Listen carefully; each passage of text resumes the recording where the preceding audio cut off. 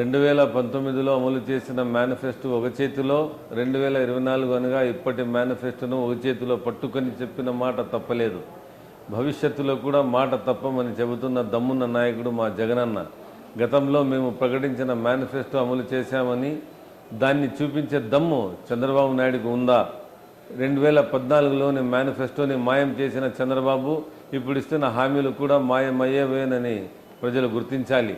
అధికారం కోసం అమలు చేయలేని హామీలతో ప్రజలను మోసం చేయాలని మరోసారి ప్రయత్నం చేస్తున్న చంద్రబాబు నాయుడుని తరిమి కొట్టాల్సిన సమయం ఆసన్నమైంది. ఇచ్చిన మాట తప్పకుండా 99% హామీలను అమలు చేసిన మన జగనన్నను మళ్ళీ ముఖ్యమంత్రిని చేసుకుందాం. ప్రతి ఒక్కరిని పేరు పేరున 2 చేతులు జోడించి నమస్కరిస్తూ వేడుకుంటున్నాను. మీ అమూల్యమైన ఓటును ఫ్యాను గుర్తుకు వేయించి అత్యధిక మెజారిటీతో గెలిపించాలని అభ్యర్థిస్తున్నాను. ఇట్లా మీ మక్బూల్ బిఎస్ కదిరి వైఎస్ఆర్సీపీ ఎమ్మెల్యే అభ్యర్థి.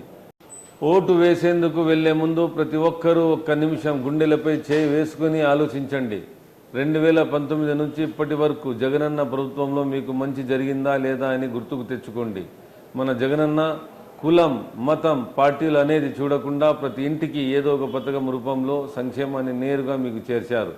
2 ఏళ్ల పాటు కరోనా వేధించిన సమయంలో కూడా ఏ ఒక్క సంక్షేమ పథకాన్ని ఆపకుండా ప్రజల చెంతకు చేసిన గొప్ప నాయకుడు మన జగనన్న.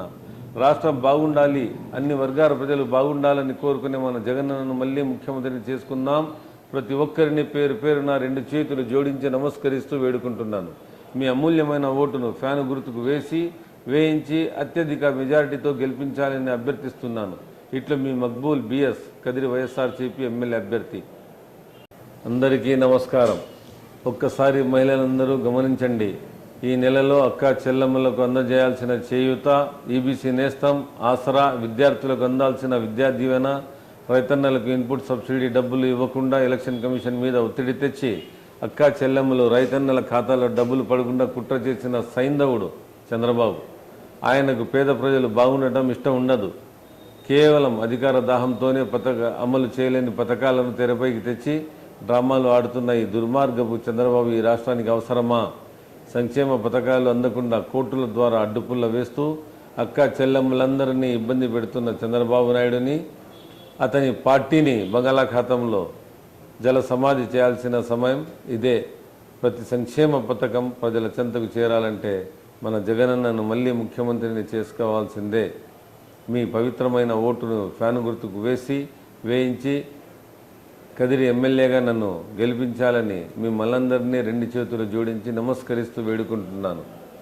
అందరికీ నమస్కారం.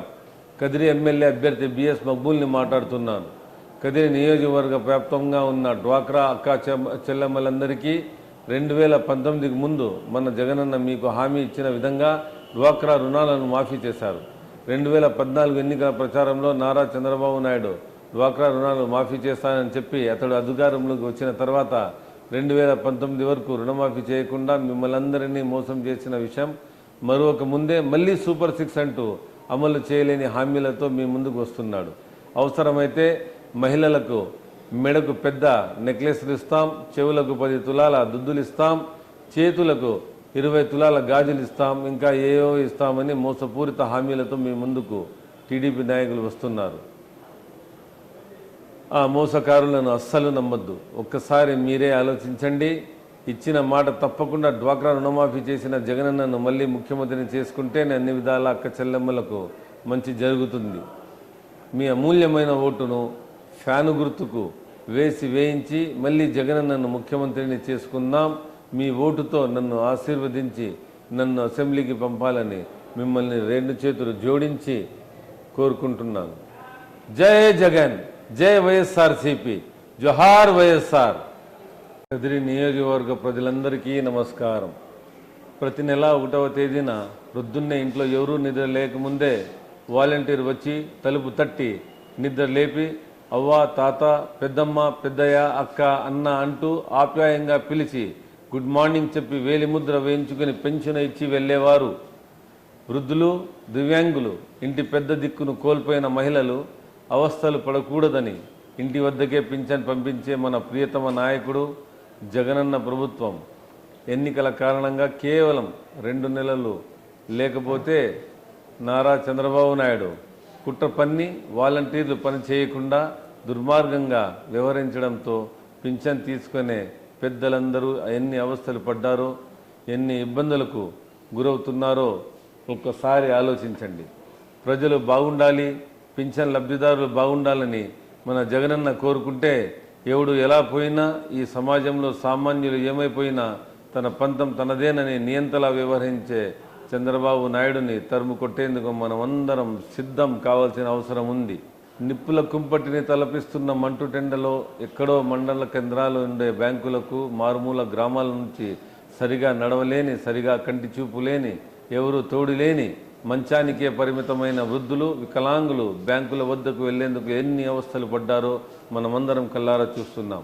ఎండవేడికి తాగేందుకు నీళ్లు అందుబాటులో లేక గొంతులు తడారిపోయి బ్యాంకులో ఎప్పుడు తమ పింఛన్ డబ్బులు ఇస్తారా అని దీనంగా ఎదురు చూడాల్సిన దుస్థితికి రాష్ట్ర వ్యాప్తంగా 40 మంది పింఛన్ లబ్ధిదారులు చనిపోవడానికి కారకుడైన నారా చంద్రబాబు నాయుడు మనకు అవసరమా?